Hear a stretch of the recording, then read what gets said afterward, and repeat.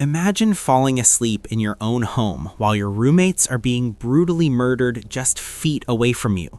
You wake up the next morning, walk past their rooms, see an unconscious friend, and assume they're just sleeping off a long night. This isn't a scene from a horror movie. This happened in real life in a quiet college town in Idaho just 2 years ago.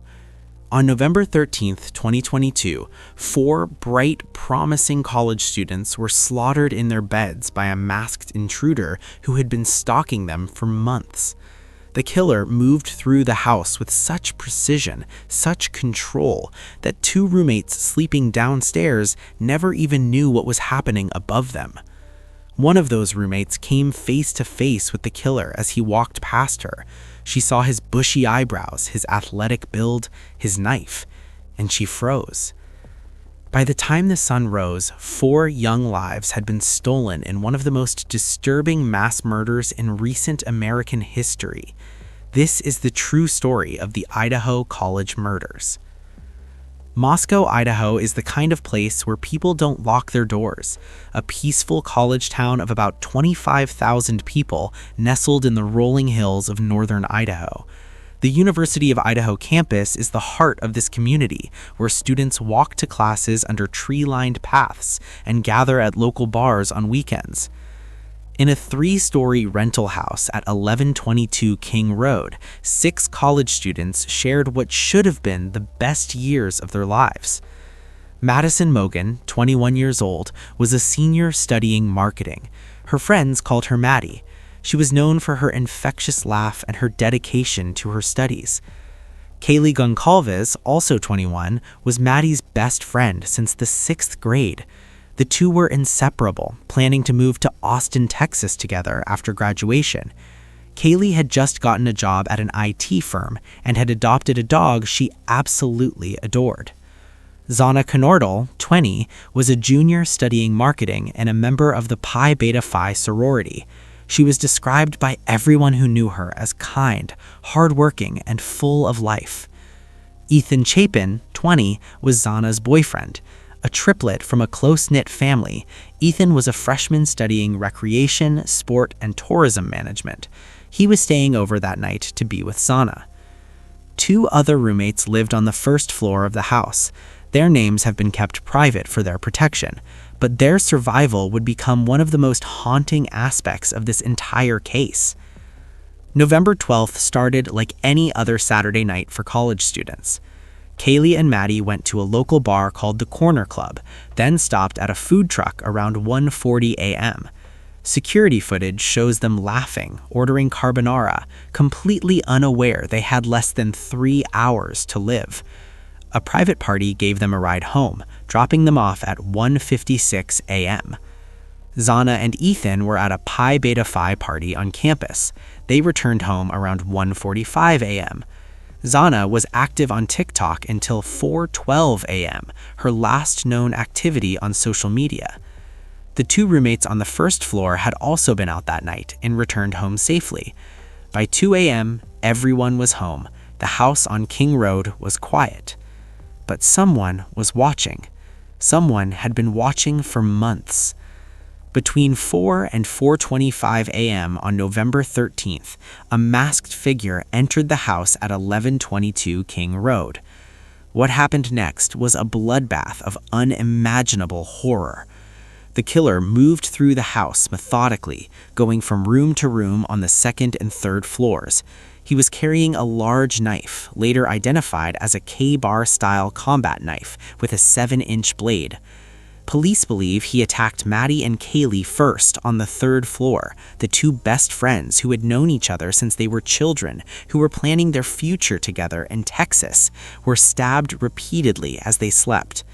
The violence was so extreme that when police arrived hours later, some of the victims were unrecognizable from their injuries. Then the killer descended to the 2nd floor. Zana and Ethan were also attacked in Zana's bedroom. Evidence suggests there was a struggle. One victim had defensive wounds on her hands, indicating they fought desperately for their life. A neighbor reported hearing a scream and what sounded like a thud around 4 a.m. The walls were covered in blood. The carnage was so severe that first responders were traumatized by what they encountered. But here's where this story becomes even more terrifying. One of the roommates on the first floor was awakened by what she thought was Kaylee playing with her dog. She opened her door to check, but didn't see anything unusual. Later, she opened her door again because she heard crying and a male voice say something like, "It's okay, I'm going to help you." Then, at approximately 4 a.m., she opened her door a third time. That's when she saw him, a figure dressed in black clothing, wearing a mask that covered his nose and mouth. She could see his bushy eyebrows. He was taller than her, athletic built. He walked right past her. He left through the backsliding glass door, and she, in shock, locked herself in her room. The surviving roommates didn't call 911 until 11:58 a.m. the next day, nearly 8 hours after the attacks. By then, one of them had summoned friends to the house because they believed one of the victims on the second floor had passed out and wasn't waking up. When police arrived, they found a scene of horror that would haunt Moscow, Idaho forever. The murders shocked the nation. How could 4 college students be slaughtered in their sleep in a quiet college town in Idaho? Who could commit such a heinous act? The police were baffled. There was no forced entry, no clear motive, no obvious suspect. For weeks, the community lived in terror. Students left the University of Idaho in droves, afraid to stay in town with a killer on the loose. Parents demanded answers. The police held press conferences but had little information to share. Moscow police received over 19,000 tips. They conducted 300 interviews. They collected 4,000 photos and videos, but the killer seemed to have vanished like a ghost. Then came the first major break in the case. Investigators had been analyzing surveillance footage and cell phone data around the crime scene. They discovered that a white Hyundai Elantra had been seen near the house multiple times in the hours before and after the murders. On December 7th, nearly a month after the killings, police announced they were looking for this white Elantra. They asked the public for help identifying the owner. What police didn't reveal at the time was that they had already identified their suspect. Bryan Kohberger was a 28-year-old PhD student in criminology at Washington State University, just 15 minutes from Moscow. He drove a white Hyundai Elantra. Investigators began building their case. They obtained his cell phone records, and what they found was chilling. Kohberger's phone had pinged off cell towers near the victim's house at least 12 times between August and November, always late at night or early in the morning. He had been stalking the house for months before the murders. On the night of November 12th, his phone went dark at 2:47 a.m., suggesting he turned it off to avoid detection. It didn't reconnect to the network until 4:48 a.m., well after the murders had taken place.